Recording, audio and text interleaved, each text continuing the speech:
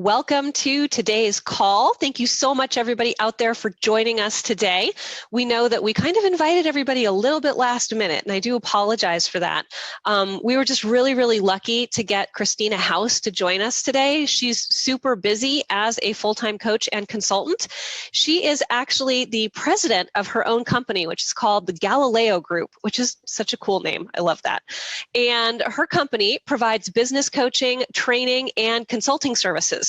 Now, to be clear, this is completely her company. When I went and looked, it's so professional, and she's got courses that are coming up and all this stuff that I actually asked her. I was like, oh, are you working for the Galileo Group? And she was like, no, it's my company. So just to be really clear, her name is Christina Health. She is an iPEC graduate. We are thrilled that she is able to make some time for us today because she is super busy. And in speaking with her just a few minutes ago, in her words, she said that the Galileo Group was her side hustle until she stepped away from corporate and she made it her full-time gig this past April. So I'm really excited to talk with her and ask her, how did you make that transition and all those good things? Now, I'm going to ask her a couple of questions to open, but this call is really interactive and we're here for you guys to get your questions answered. So all you have to do is down at the bottom of the screen, there's a little folder, it says Q&A. Feel free to type your question into that. And if you are joining us from Facebook Live, feel free to go ahead and type your questions into the comment section. And our wonderful, awesome technical guru person, Michael Robinson, is kind of floating around behind the scenes, and he's going to go ahead and send those questions over to me, and we'll get as many of those answered during our time with Christina today as possible. But enough about me and the technicalities of how it all works. You guys all know me. I'm Heather Doyle. I work in the admissions department. Let's kick it over to Christina and have her tell us all her wonderful secrets of how she did this amazing transition from working in the corporate environment to now having her own company, where I believe she told me she works less hours and makes the same amount of money. So I'm really excited to hear more. So Christina, welcome. Thank you so much for joining us. Thanks for having me, Heather. I really appreciate it. Excited to share with everybody what I've learned over the last 3 or 4 years. Awesome. Now, is that true? As of April, you stepped completely out of the corporate environment and you're now making the same or more as you were in the corporate environment and working less hours? Absolutely true. True story.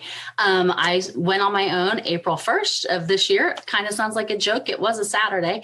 And I went ahead, I know, and I went ahead and said, this is my full-time thing. Whatever happens, happens. And I had business lined up and ready to rock and roll. I was busier than I wanted to be in month 1. I wanted to have the summer off with my kids. That did not happen thanks to consulting and coaching together. I was busier than I wanted to be, but I was still working only 20 hours a week. Oh my goodness. Okay. So something that can often come up for people is the fear. How do you make that step? Like what was it for you that you said, I'm confident I can do this and I'm just going to take that leap? Well, for me, it was part of my 10-year strategy. So as a project manager and as a leader in business, I've always had a strategy. When my children were 1 and 3, 9 years ago, I went and got my master's degree. And with the intention of by the time my oldest child was in junior high, I would own my own business. At the time, I thought that would be training and consulting. Thanks to iPEC coming into my life 3 years ago, I added coaching.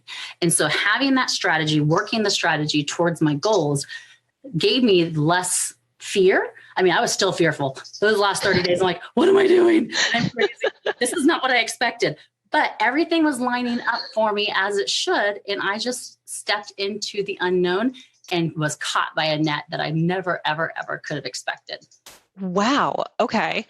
And so curiously, what had you choose iPEC? I mean, there are a lot of coach training programs out there. What was it about iPEC that made you say, this is the one for me. I know that this is the one that's going to get me to that future self where I'm going to start the Galileo Group and, be able to step out of that full-time corporate world and really into the world that you're passionate about.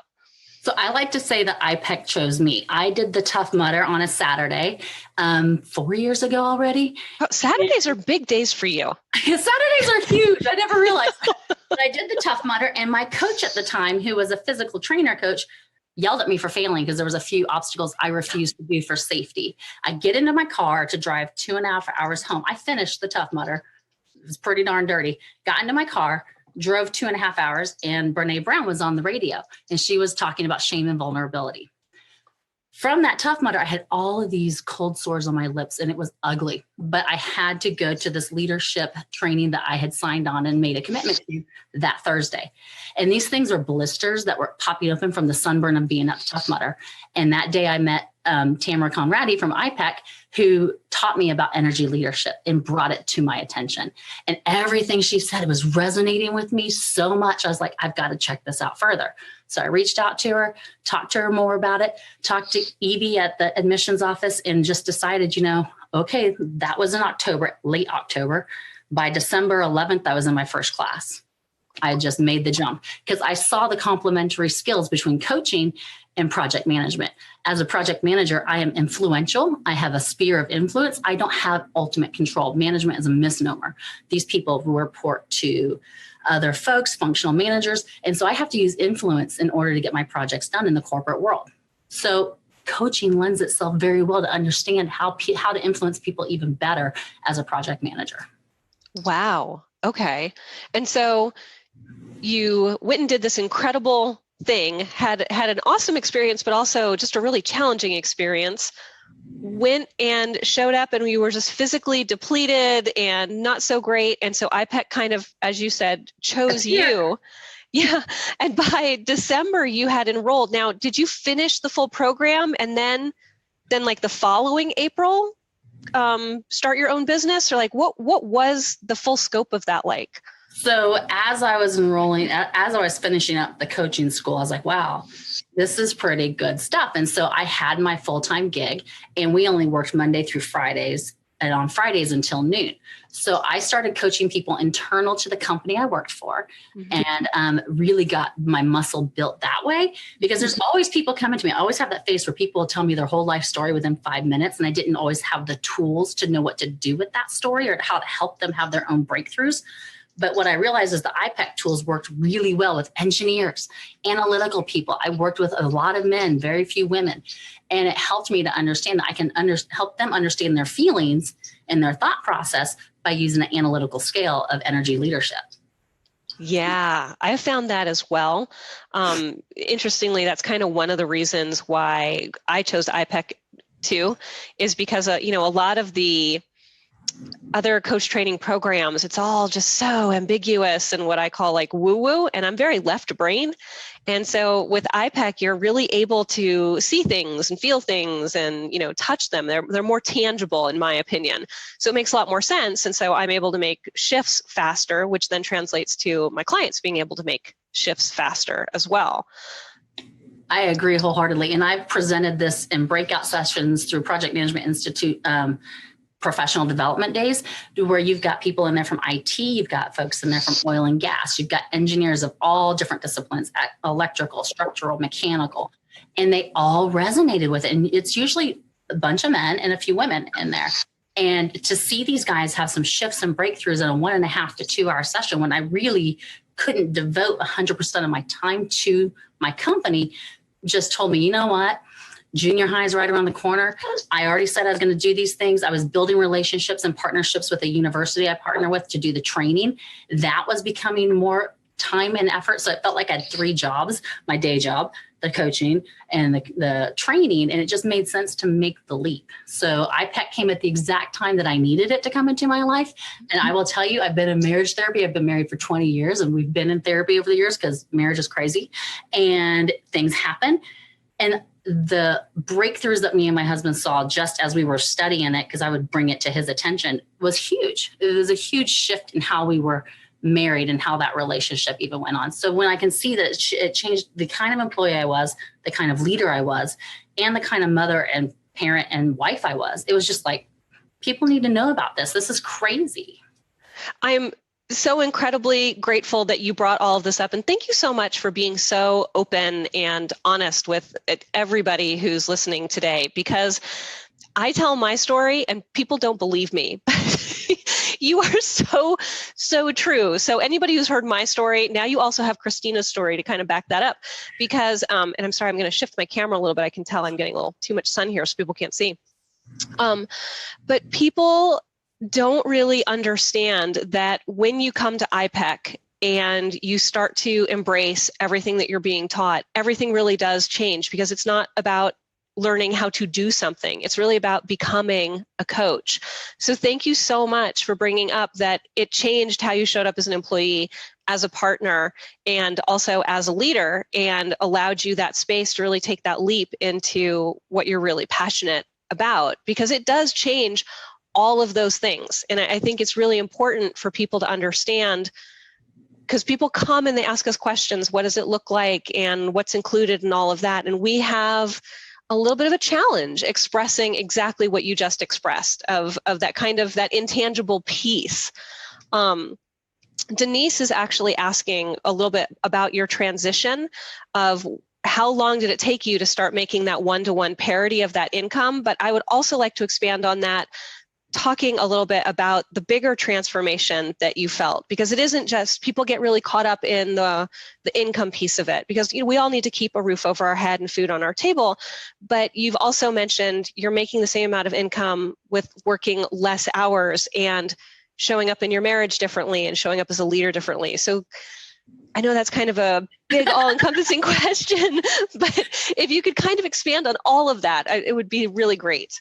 So I was the breadwinner when I quit my job, and I held the benefits. So it was a huge leap of faith, and my husband had to be completely on board. But I had said to people, my family was my most important thing, but yet I was working so many hours, being asked to travel more, and my family was getting lost in the day-to-day life. I have children who have dyslexia, and I have to be able to be there for them. Basically, I homeschool them on top of them going to school every day, and having the time and less stress from an external job makes me show up better in that capacity. So when there was a pretty significant event that happened in our lives last fall, and then there was the presentation of, hey, you can do a volunteer layoff if you would like, and I chose to take it because I never get laid off. I'm that person who never gets laid off, and that's fine, except for I was ready to take a step back so that I could launch myself forward and launch my family forward. And within just making that shift in my head, and then in January, really not putting my job first, knowing that I was leaving by March, having the transition in place both internally to the job and at home, and making those baby steps. My daughter, within the first few weeks of January, said, I really like having you around more. And her and my son, I could tell, were getting closer and closer again to me, because I wasn't putting up walls to say, I've got to work, leave me alone. I've got to get this done. So I think it can be very scary to make the transition. But for me, it allowed me to have the freedom to grow further than I would have if I was still trying to do this job, my old job, plus the job of mom. And it just aligned to my strategy. It dawned on me one day, I'm like, oh my gosh, I got my 10-year strategy that I had set for myself done in 9 years. And so that was huge. And I'm like, what's my next strategy? I haven't come up with it yet. But I'm going to play with it this December and have my strategy for 2018 and then my 3-year strategy set up. I mean, I say you make a plan and God laughs. It's so true. None of us are really in control, whatever your beliefs are. But whether it be the universe, God, whoever your higher power is, when you're in sync with it, things happen that you can't even explain. And my mentor gave me a quote, and I wish I had it up here, but it's on my website. It's the very first thing you see. And that's the quote she gave me 3 years ago, when she could sense that I was pulling away from corporate and leaning more towards entrepreneurialism. Wow. Okay. And now you're also in the position where you'll never be laid off again, voluntarily or otherwise, because you're the boss. Right. And for me, I did not realize how important autonomy was to me. I've had one micromanager of a boss, and I've had one boss hole, but overall, they've all given me, I know, I love the word boss hole. Overall, I've had pretty good autonomy in my career, but when I've sensed that I didn't have that as much as I wanted, because as you move up through leadership, you have less autonomy over your schedule and you have a lot of things pulling at you. So for me, what I've really enjoyed about launching my own company is the autonomy and the ability to say yes or no to whatever opportunities present themselves. I'm so glad that you brought that up. I think that based on a lot of the questions that we get, especially that tend to be around that financial piece, I think people lose sight of the other benefits of being your own boss, or even changing your role within a company. I mean, yes, as you move up in leadership, you do lose autonomy from your schedule. So there's a lot of different benefits to getting into alignment with what you're passionate about. As you said, you can make that plan, but once you get into alignment, the plan kind of starts to happen around you, That's right. Yes, that's right. And the other thing I would say is I have spent the last 13 years in our community building strong relationships and networks of people, so that when I was ready to make the leap and start pulling away, I had platforms to go and speak to other people about it, whether it's a professional network or volunteering within like a Rotary Club, whatever it was. There was things that I had set the groundwork so that when I was ready to make the leap, my community was willing to support me and say, yeah, we got your back. How can we help? And for me, asking for help in the past meant I was failing or that I couldn't do it all. And so, man, everyone's going to know I don't know what I'm doing. But when I really started accepting through iPEC that asking for help is a form of trust and that people really do want to help each other, and as long as you have a service-oriented heart towards helping them with what they want, it'll be returned back to you. I'm so glad you brought that up, because we've gotten several questions, having to do with, well, what is your marketing strategy and this and that. And I really do think it's so important for everybody out there to know there is no one right way to do it. People have this idea of, we get a lot of questions of, well, how much do you charge per session? And, do you do 30-minute sessions or an hour session? And I always say, what do you want to do? How do you want to design your life? What is your vision of success, and what does that look like? And it sounds like for you, it was all about networking and creating those communities and understanding that asking for help does not equal failure. It means I'm here, I'm ready to help, and you are ready to help me. And I have trust and I have faith in that. Is that right? Right. It's very open-hearted. And the shift in the reframe is, if I ask for fear, people are going to think that, or if I ask for help, people will think, oh man, she must really not know what she's doing. Or if I ask for help, I'm being vulnerable and open-hearted and saying, hey, this is what I'm really going after. How can you support me? And how can I in turn support you? A lot of networking isn't about just me. A lot of the networking I've done over the last 10, 13 years has been, okay, I want to get rooted in this community of project management. So I really sucked at public speaking when I first started. I mean, sucked bad. I would get up in front of my MBA class and I would start coughing, and the fear would just be around my throat. I could feel it being around my throat because I didn't think I was good enough to be in there with all these other executives. And so I was like, man, I really suck at this. So I went to the Project Management Institute and said, hey, I saw you need some volunteer instructors. I think I can teach this HR piece over here. And that's how I met my next boss. And then just the little nuggets and breadcrumbs that happen to our lives when we're willing to say, I suck at this, but you're not paying anybody to do it. I'm willing to try and fail. It was huge. And now here I am, 8 years later, and I'm speaking in front of a bunch of people, and I speak in front of a bunch of people on a weekly basis that, I used to think I had to have it all memorized and know everything 100%, but being open and vulnerable and trusting of the process has helped unleash who I really authentically am. I think that's amazing. And it sounds to me, another thing that I'm hearing from you is you have this, the only word that's coming to mind is attitude. It's not the right word, but it's the only one that's coming to me. But you have this reframe, I guess, of absolutely everything that bumps up against you, that comes into your path. You're like, it's here for me to learn something. That's right. And it's here for my benefit. Yeah. Even before I knew what coaching was, I had that. It sucks and sometimes life is hard, but I have had a lot of level 5 energy in my life to where I'm looking for the win-win. Yes, I failed over here, but how can I do better? And my coach and mentor who helped me understand public speaking and helped me become a better instructor for training, she's like, why? She has lots of people every day ask me about how can they get into this business of training? How can they do business consulting? She goes, when you volunteered for that class all these years ago, you were the only one that came up to me and said, okay, what can I do better? And everybody else wanted to know, oh my gosh, how good was I?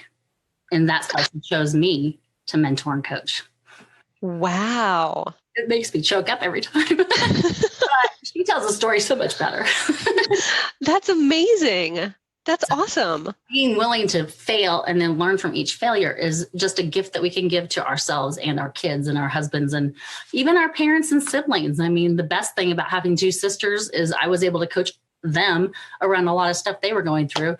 And my one sister would get off the phone with her therapist and she'd call me and say, man, he just made me feel like crap. How can you make me feel better? And I'm like, well, talk to me about it. And I would use the tools from iPEC to get her back to her level 4 and level 5 energy so that she could be the best mom she could be.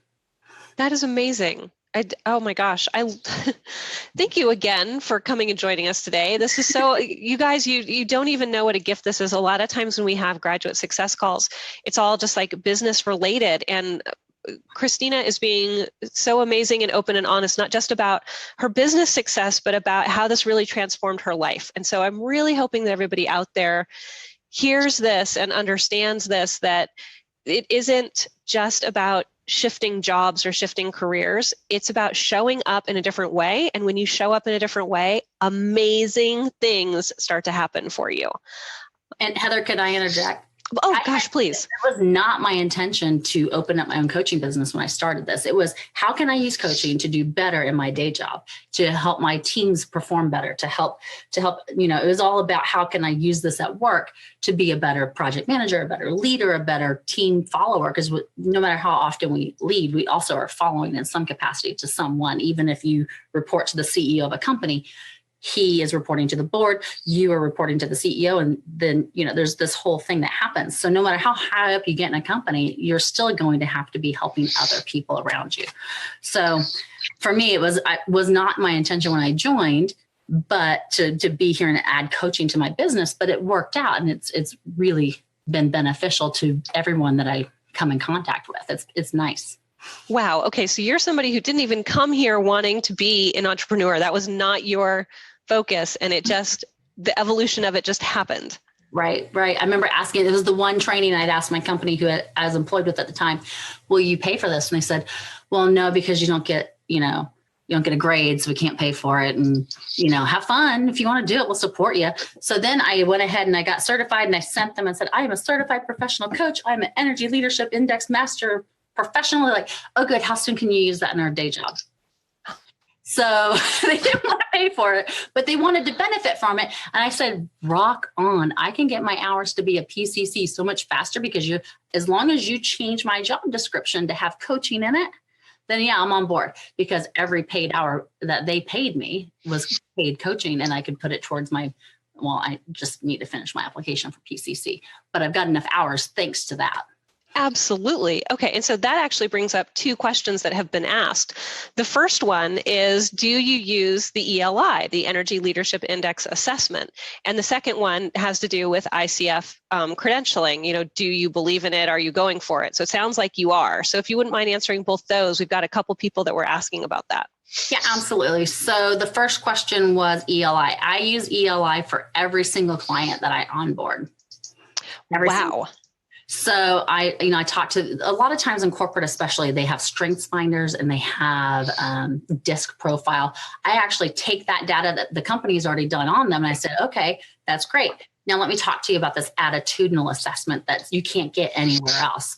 And I'll take the data and I'll triangulate it. So what I do is I'm like, okay, over here on the left, let's say, is your personality. And on the right is your strengths, your competencies that Strengths Finder has identified as your natural wheelhouse. I don't care how good of a personality you have or how great of strengths and competencies you have. If your attitude is pointed downward, like an attitude on a plane, you want to fly horizontally, right? You got the horizon, you got the sky up top and the ground on the bottom. If your attitude is pointed down, you're going to tank yourself. If you have a foundational attitude that's pointed up, you're going to soar, and everybody around you is going to soar. So I use that a lot because a lot of clients have the strengths and the DISC, and we just bring in the ELI to complement it. That is amazing. I use the ELI as well, and I talk about a similar thing. I love how you talk about it as an airplane and your attitude. For anybody out there that isn't familiar with the Energy Leadership Index assessment, when you go through iPEC's coach training program, you get 2 certifications. One is your CPC, that says you're a certified professional coach. The other is Energy Leadership Index Master Practitioner. It allows you to use our proprietary assessment that goes hand in hand like this with our proprietary coach training process. And so what the ELI does is it shows you how you show up in your everyday when you're under extreme stress or when things are going absolutely amazing for you, and your average resonating level of energy. So what Christina's talking about is when you can show somebody, especially a corporate somebody, like everybody that she's talking about, these computer people, engineers, people that are very analytical, the C-suite, CEOs, those people, when you can show them on paper all of this about your attitude, if you're, like she says, if your attitude is pointed down, it doesn't matter what your strengths are, doesn't matter what your personality is. If you're just a grumpy face all the time, your attitude's like this, you're going to crash, and you're going to crash everybody else with you. But if your average resonating level of energy gets you flying like this or gets you flying like this, then you and everybody else around you is going to be able to soar. And so what Christina is talking about is that she uses this with every single person that she onboards into her business. So it sounds like it's a bit of a game changer for you to be able to have that kind of in your back pocket, to be able to onboard people and help them understand what's going on with coaching. Absolutely. It's a mirror for them. They get to have this mirror of, okay, the Johari window is so important in leadership training, and it helps them understand what they already knew about themselves, but also their blind spots where they didn't realize they were showing up the way they were showing up. So it opens up that window a lot further using the ELI assessment. And they're not arguing with me about it. I'm just like, okay, according to how you answered the questions, this is how you're showing up. What do you agree with or not? And we talk through it. Absolutely fabulous. Awesome. Gives automatic ownership and buy-in. So the second question was about ICF credentialing. Yeah. As a project management professional, I highly believe in the international standards that come along with an ICF, the International Coaches Federation. I'm not as active as I would like to be. We don't have a local chapter, and I just am not in the time of life to where I can drive 5 hours round trip to get to a meeting. But that's okay. I'm still an ACC. I went ahead and got that right out of the gate, and I'm going to pursue my PCC. When people get like an MBA, all of a sudden people who had an MBA want to hire other people with an MBA, right? So I wouldn't want to hire a coach that I didn't know had been governed by a code of ethics. And that is something I sell every time. So when an HR manager calls me and says, hey, you've been recommended to us, what do I need to know? I'm like, okay, first thing, you're the sponsor, and that's great. Thanks for paying me, but I can't tell you anything because of this code of ethics. So unless this person is going to do harm, I have this code of ethics, and this is where our bounds are. And I start to have the boundaries conversation with the sponsor, because I can't have clients that trust me. And I just had a client tell me this yesterday. She's in the car being coached with her husband right there. And she's fine having him hear our whole coaching conversation. But she's like, man, if I knew you're going back and telling HR everything I said, I wouldn't be able to have this much trust and this much shift so fast. And we've only had 4 sessions, and she's shifting dramatically, and she's crediting coaching for it. So that ICF code of ethics and just the organization itself brings tremendous value in name brand recognition. So I'm big on joining with organizations and partnering with those that give that name brand recognition to help strengthen my brand. Because if you hear Christina Health Galileo coaches, you don't know who I am. But if you hear Christina House is associated with International Coaches Federation or the professional management, or for locally, Wichita State University is my first big partner, they have 50 years of training and consulting. And when they say, oh, I'm their new coach, I'm bringing that 50-year banner behind me, even though I'm not 50 yet. So no, I'm so glad that you brought that up about partnering and having it be your branding, because that is something when you come to iPEC, this is something that I didn't realize until I went through iPEC. iPEC has everything that you need. Like in module 3, they give you that workbook, and it's basically 12 chapters, and each of those chapters you can use to teach a workshop. So it's like, and you don't say, oh, I made this up, because you didn't. You say, I went to iPEC and the Institute for Professional Excellence in Coaching. These are their pre-approved workshops. It's like you have the biggest gorilla in the room with you, you've got that 20 years of all of their studies and everything backing you up. So it really is good for your brand to align yourself with a program that can be that big gorilla in the room with you. Exactly. And I use the energy leadership development system with leaders for retreats. So I had 10 new leaders. They did the ELI assessment before they showed up. We did the triangulation, and the ELDS is what they all took away from them. They're like, oh, we got to get on airplanes to New Jersey and California.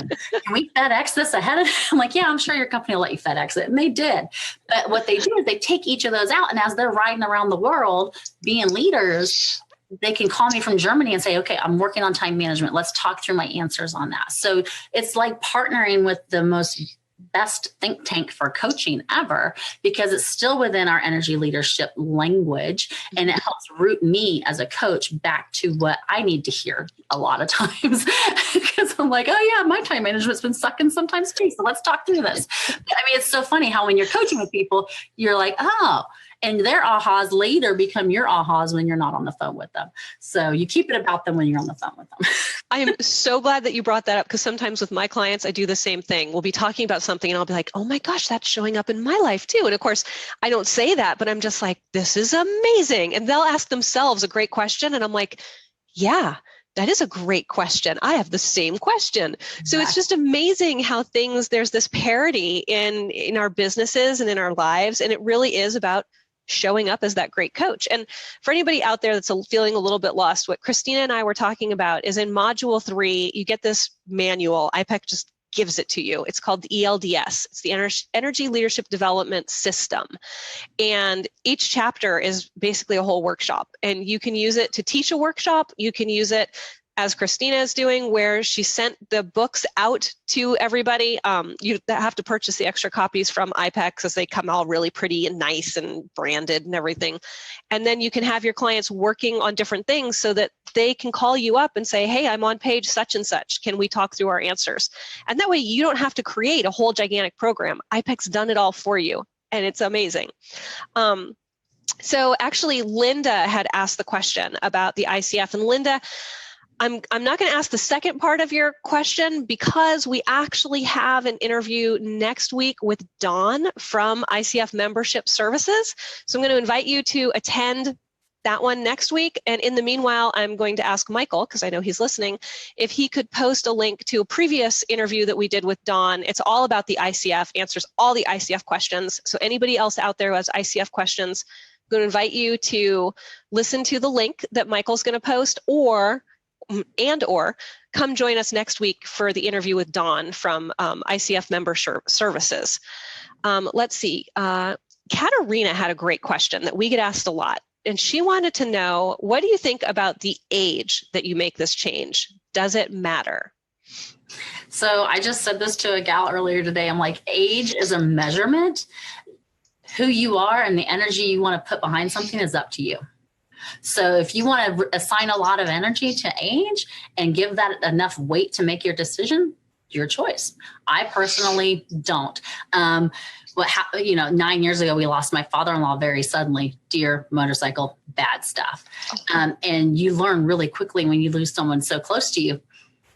Every day is a gift. And so I have a book upstairs that talks about the people who made changes in their lives all the way from 0 to 100. And age is just a thing. For me, my personal beliefs is I was 39 when I went through this journey. Now I'm 42. I mean, I'm right when I was supposed to be hoarding money for college and retirement and all that. But I'm like, let's try it. Let's see what happens. I mean, if nothing else, I can always go back to corporate life. I've got enough connections. I can step right back in to the 8 to 5. So I went to my MBA school with people who were in their 60s. It just depends on you and what you want to get out of life, how much you assign age to it. And there is a coach for every age.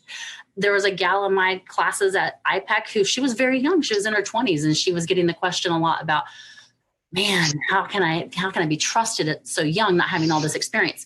The experience you have is going to be right for your clients. And the experience, and all my best friends are in their 60s.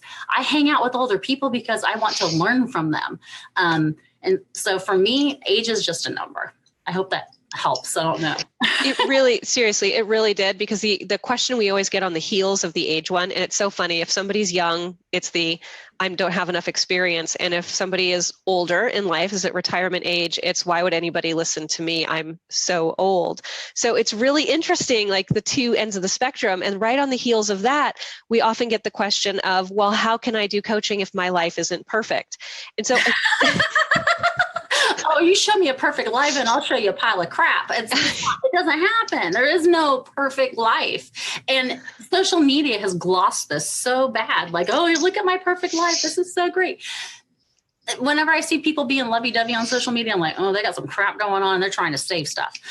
So for me, it's just all polish.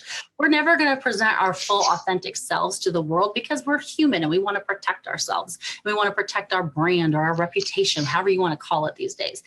But yeah, I don't know. Go ahead. I don't know where I was going with that. No, I'm really glad we're talking about this, because it's something that I would really love everybody out there to understand about coaching. Coaching is not about having it all together. It's not about being the perfect age or the perfect life or the perfect relationship. Marnie Batista is another grad success that we interviewed, and super successful. She's the Dating with Dignity coach, and she was a kindergarten teacher who'd just gotten divorced, and she decided to make relationships her specialty. And she was like, who am I to do this, right? Incredibly successful. It is your mess and your age and your experience and what you've been through in life, and most importantly, your willingness to show up differently, your willingness to learn and to grow and to embrace every single day from a, wow, what's life going to bring me today type of attitude. That's what really helps you be a coach. Nobody's going to want to talk to you if you're a little Miss Perfect or little Mr. Perfect or, all of these things. It's that wonderful, beautiful mess of life that has you resonate with somebody. It's when you can say, I hear you, and the other person feels that. That's what has you connect with your clients. That's what they're looking for. They want to know that you hear them. And that's why the age doesn't matter. The perfect life doesn't matter. The perfect relationship doesn't matter. Don't let those, in my opinion, don't let those things hold you back. There is no perfect anything. I mean, to Christina's point, she was like, this is not the perfect time for me to be doing this. According to life's instructions, I should be hoarding the money and saving for college. And what the heck, I'm going to go for it. So yeah, I agree with you, Christina. Don't let those things hold you back. We have some other questions here. Sorry, I'm trying to read and talk at the same time. Tarveen would like to know which concentration, I believe they were talking about specialty, did you choose at iPEC, and what made you choose it? Okay, so I don't know if I had to choose a concentration. Again, I've been a project manager for over 20 years, so I just knew I was going to have my niche be project managers, business leaders. I have my undergrad in organizational development. So for me, it was a no-brainer. Teams and leaders was going to be my thing. Now, when I went through, I don't know that I had to select a concentration for my first entry into iPEC, but I did for my core leadership dynamics specialist. So I chose the leadership one when it came to the master's program. Does that help? Yeah, I think so. The thing about specialties, this is what I always tell everybody, and you tell me if this sounds right to you. iPEC's program teaches you how to coach absolutely anybody. It's the professional skill set coaching. The specialty really has more to do with who do you think you want to work with? And so if you kind of have an idea of who you think you want to work with, choose, that type of specialty. If you're not sure, you get to have access to all the specialties. You can listen to all of them via recording. Personally, I chose the wrong specialty when I went through iPEC, and I was like, whoa, this is not my tribe. And so then I ended up choosing 3 other specialties, and then I actually ended up circling back around to my original specialty, and I was like, I was wrong, totally my tribe. So the specialty doesn't really change how you coach. What it's there for is to help you figure out who are your people. Who do you want to talk to every day? What are their pain points? What's the language that they're speaking? Because every tribe of people has a secret language. Like, I'm sure Christina can tell us, like, ROI, return on investment, her tribe probably uses that language, whereas like a single stay-at-home mom wouldn't necessarily say ROI. So that's more like what the specialty kind of helps you figure out, is all that kind of stuff, not really how you coach. Yeah. And I guess I picked executive leadership. Sorry, because I forgot all about that little side trip we had to do towards the middle of the thing. So yeah, executive leadership was mine. And that made sense because that's who I worked with. But as a coach, I've worked with people that are supervisors on a shift. I've worked with nonprofits. I've worked with all kinds of people to coach, and a dairy farmer. I coached a dairy farmer, which was so much fun. And I got a tour of the dairy farm. I don't like smells. So that was interesting. But I had peppermint oil and it was all good. So, and I even have taught classes in the middle of a feedlot. Never thought I would do that, but I did. So, I mean, it doesn't matter. The coaching is coaching. People ask me all the time, are you a life coach? What do you want to talk about today? You want to talk about your life or you want to talk about your job? I'm here to help you understand, where are you today? Where are you stuck? And how do you want to go forward? Whether that's an action plan, event, whatever it is, it's going to change from session to session. Love it. Absolutely. And Sabrina wants to know, she says, do you feel that iPEC's program adequately prepared you for the modern world of online business and coaching? It's a good question. That is a really good question. Yes. And I'm actually taking things I learned at iPEC and putting them over into my other peer group, which is project management. Right now, they want to have all of these meetings in the evening when people are busy with their families and their kids and everything else. And I'm like, well, why don't we do a Zoom thing like this over lunchtime, and people can get their PDUs and not have to leave their job and not have to have a 2-hour commitment. It can just be 45 minutes at their desk or an hour. So yes, just seeing how iPEC does things, being willing to ask questions, and people are always willing to answer and help you develop as far as you want to develop. So the tools are very modern. I have all kinds of different clients, some that are auditory processors. They take the books and they go read them and they're like, okay, now I want to have a conversation about how this is showing up for me. And I have other people that, want to do coaching via text. So it's up to you and how comfortable you are with technology and how you want to incorporate it. But you get to see all kinds of different things the way iPEC does it to decide what you want to try and what you want to grasp for your own business. Okay, I'm loving everything about this interview, because here's another thing, you guys, that Christina just brought up. When you come to iPEC, everything is an opportunity for learning. So yes, we're going to teach you the professional skill set of coaching. You're also going to receive coaching as the trainer is at the front of the room and she's teaching you. They're modeling how do you facilitate a group. Christina just brought up, we're using a Zoom. So ask questions, watch everything. Absolutely everything is an opportunity for you to learn and say, how do I want to apply this? So there's so many different opportunities for you to learn and decide how you want to do it. It's amazing. And the Facebook community is so welcoming and so wanting to help. So you have your on-site visits and you have your webinars and your phone calls that you do in your peer groups. But whenever you have a question that pops in your head, you just post it on Facebook and in a private community, and people who of all different kinds, new coaches, middle of the road coaches that are kind of still in training, coaches that have been doing this for 10 years, they're happy to answer your questions and jump in with links and resources and how do I do this, or how do I pick a booking tool? What do I look for? I mean, so much support even after you graduate.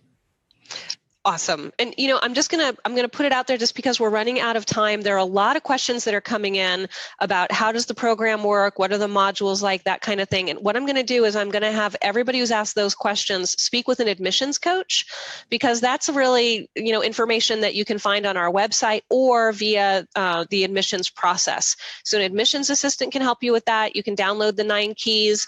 Maybe Michael would be so kind as to post a link, not just to that ICF interview, but also the roadmap.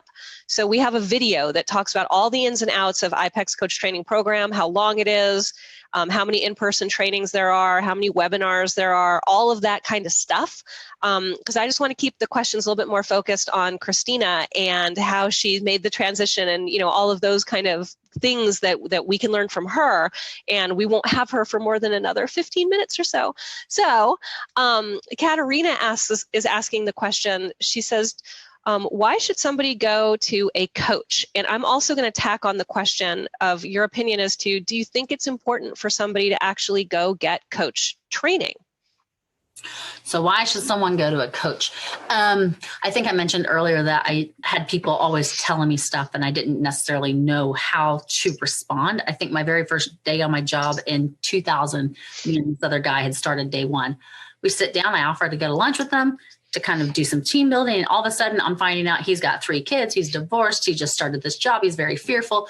And I'm in the same boat as him. Day one at the new job, I'm like, oh my gosh, what did I just get myself into? So that was, 17 years ago. And I still think of that thinking, man, if I would have had these tools that I have now from understanding what a coach is and how to shift him, maybe I could have helped him even better. So being that listening ear and just sitting there eating, basically, and listening helped him. But wow, I think about the things that I could have done differently to help him help himself with the tools that I learned as a coach. So that's, for me, the power of coaching is people who are trained in coaching are trained in disciplines of how do I listen? How do I listen deeper? What's a way to ask good questions? I was a journalism major back in the 90s, and you hear who, what, when, where, but the way I was taught to ask questions through iPEC was wholeheartedly different. Thanks to their research in neurolinguistics programming and everything else that they do, they were able to get me over that hurdle faster. And I asked better questions. And my daughter even said, okay, I don't want you to coach me. Don't ask me questions. Just answer my questions. So it's one of those things where now I'm having to keep my kids are like, I'm not your client, I'm your kid. I'm like, okay, I'll be mom for a minute. So for me, it's really important to go to a coach who also has a coach. I now say I have a board of directors because I have so many amazing women and men in my life that want to support me, and I in turn support them. So I do have a paid coach that I pay every month in a group setting, which I love and adore because I get to learn from many people. And I also have my original coach who taught me 10 years ago how to become an instructor, and she's done the work. So for me, having a coach as a coach is important, and understanding coaching tools and methodologies so that you help people shift faster is also important. Thank you so much, because I think there's a lot of misconception out there about, well, isn't it just like being, a good listener and a best friend? Like, why do I really even need to go and get coach training? And, iPEC's program is 7 months long, or other programs that they're looking at, they're 8 months, they're 9 months. Why is this so important? And it is important. It is training. It's a skill set like any other professional skill set. And you really do need the training to learn how to do it. And then I think, this is just my opinion, but that's the tip of the iceberg. Then you have to live it. Then you actually have to start implementing those skill sets, because it's a lifelong learning process. I've been out of iPEC now for 5 years, and I go back to my manuals, and I go and I volunteer at the modules, and I listen again, and I continue to learn. Have you found that to be the case as well? Oh yeah, I've got 4 books up there right now that I'm reading. I constantly am learning because iPEC is a good starting place, but if you're not willing to read the latest research and try to figure out what works for you better, and maybe see different things from different perspectives, it's just like anything else. You'll stagnate. You're not building that muscle. But the more you read, what's amazing is how much this stuff shows up in other disciplines. So it's a multidisciplinary thing, how to help people in conflict. iPEC teaches some good stuff, and then you just build that muscle more and more because teams have conflict. Or John Medina's Brain Rules, that's up on my desk right now to read, because it's important to know, as a coach, how do I get their attention and help them focus? What are some of the methodologies that a neuroscientist has brought to the table to help me understand? That's all peer-reviewed research. So for me, I read a book a week, or I'm listening to one on Audible at all times. So that's my personal investment in myself. And then I try to go and look at, okay, what energy level is this book presenting in? How will it complement my clients? And I had a client yesterday. She's like, oh my gosh, I'm glad you recommended that book to me, because now I see that that's exactly what I needed. And I'm so thankful for you in my life to help, because I wouldn't have known about this. I don't have time to do this. So as you're reading and absorbing, you're doing it in service to your clients, because they're not going to have time to do what you get to do. Absolutely. We've got a few questions that are coming up that have to do with your spouse. And if this is too personal, just let us know. But a bunch of people are saying basically, I really want to do this, but my spouse or my significant other, like, You had touched on that, this was not the ideal time. You were the main breadwinner. Like, how did you navigate that with your spouse, and how did you help your spouse kind of get on board? And if you don't mind sharing that with us, so what I'm seeing there are like 3 or 4 comments of how do you help your spouse get out of that space of fear, and how do you get out of that space of fear? So a lot of times, so at first I wanted my husband to go to Mod 1 with me, and it didn't work out, unfortunately. But if you can get your spouse to go to Mod, do you still let them do that where they can bring a guest to Mod 1? Okay. Yep, absolutely. Sure. But if you can bring your spouse to Mod 1, that is huge in that you'll both have that same language and that same baseline to help understand. Jeff couldn't do that with me, but there's been times where he'll be in the room as I'm listening to a podcast from iPEC or whatever, and he's like, wow. And so he is through osmosis helping me to do better, and he's learning too. And there's times where I'm like, look, I really need you to listen to this book, and he'll listen to it. So it didn't take much for him to come on board because I was building that client base as my side hustle, and I was showing him my invoices off of Invoice to Go. And I'm like, man, I'm not even doing this full time.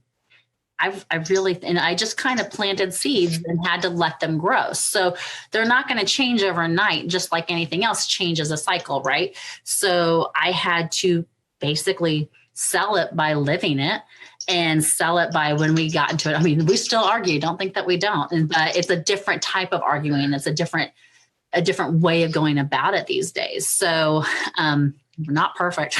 We still fail sometimes, but it was him seeing me plant the seeds, water the seeds, and then really say, okay, yeah, if you go full time, I can see how that would help.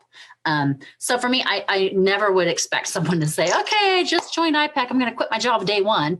That's not going to serve anybody. You have to do the work. And if it's truly important to you, you'll find ways to get up at 5 a.m.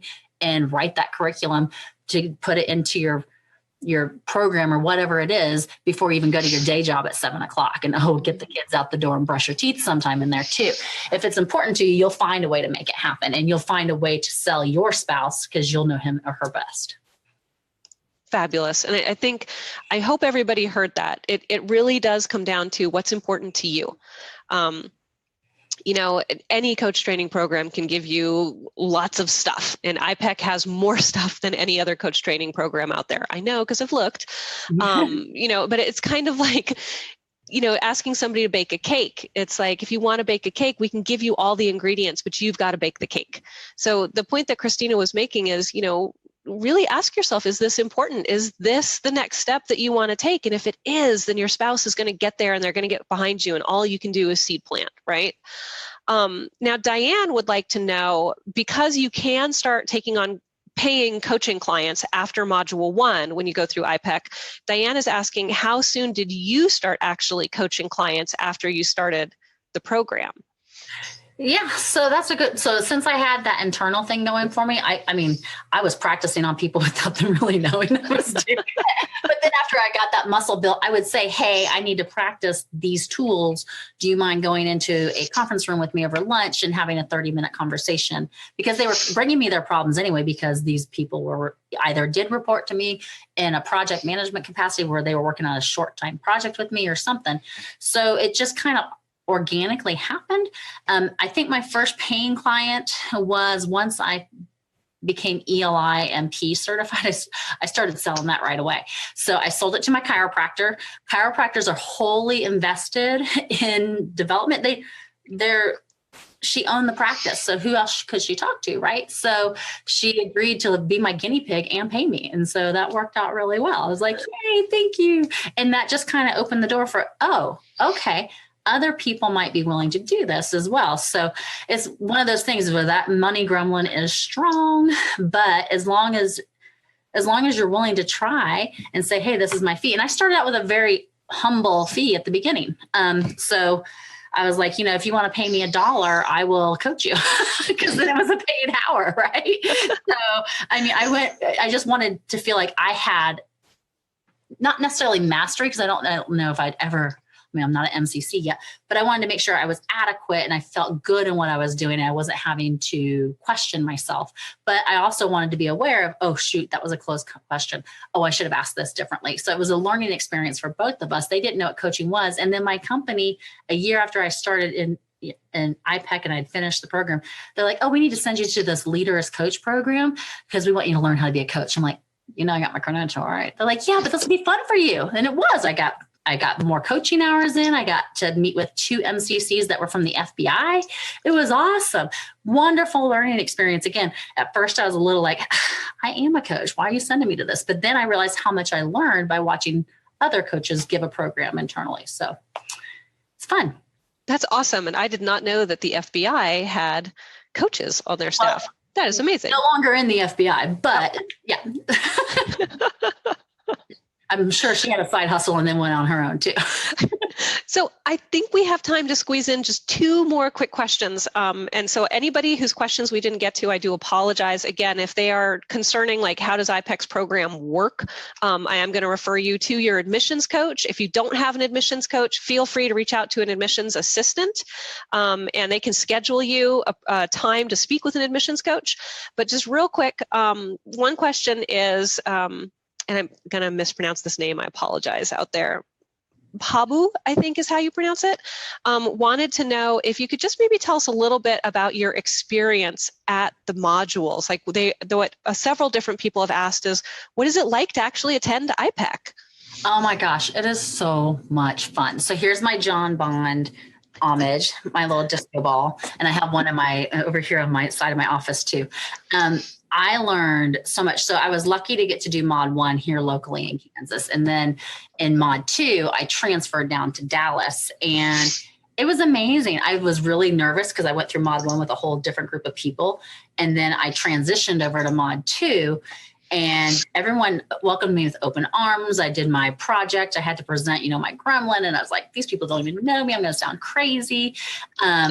But it was open arms and welcoming. I mean, it was high energy. It's long days. I'm not going to lie. It is long days and you're going to have a lot of stuff thrown at you, but you're not going to retain it all right then and there, but you're going to have some breakthrough moments. There's tears, there's laughter, there's almost pee your pants laughing. You're going to learn how to meditate better. It's an experience. So I'm huge into kinesthetic learning and also being able to read ahead of time. So it's amazing. It's a shift. You're going to learn about yourself deeper than you ever really realized you were going to get to. Thank you so much, because we have trouble expressing that to people. It's not a classroom. It's not like yes, you can take notes, but it's not, you don't just sit there and listen to somebody talk at you. You are actually coaching. You are experiencing it. Right. And it's a workshop, right? Because you're going to be taught a skill and then you can try it out on somebody else who, they know you, but they don't know you like a family or a friend or something. And so you can fail and you can fail fast and get better faster.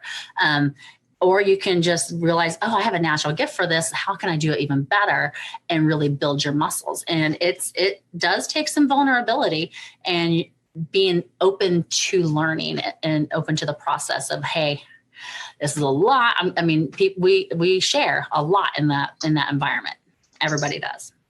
And one last question. I know we only have 1 minute left. And I also know as a coach, we're not allowed to give advice. So I'm going to have you take your coach hat off for a moment.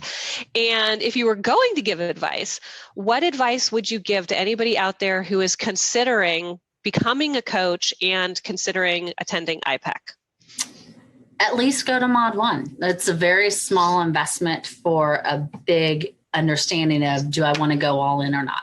And even if you don't go all in, at least Mod 1, you get to experience it and decide for yourself. So I'm big on facts and data. I also have an intuitive gut, but I also want to know, okay, man, is this really what I think it is? It's not, I don't know. I was hesitant. I asked lots of questions, lots of prying questions before I was like, okay, I'll try it. I'll just, and that's what I said. I'll commit to Mod 1 and then we'll see what happens. And before you knew it, my rear end was down in Dallas for Mod 2 and here I am.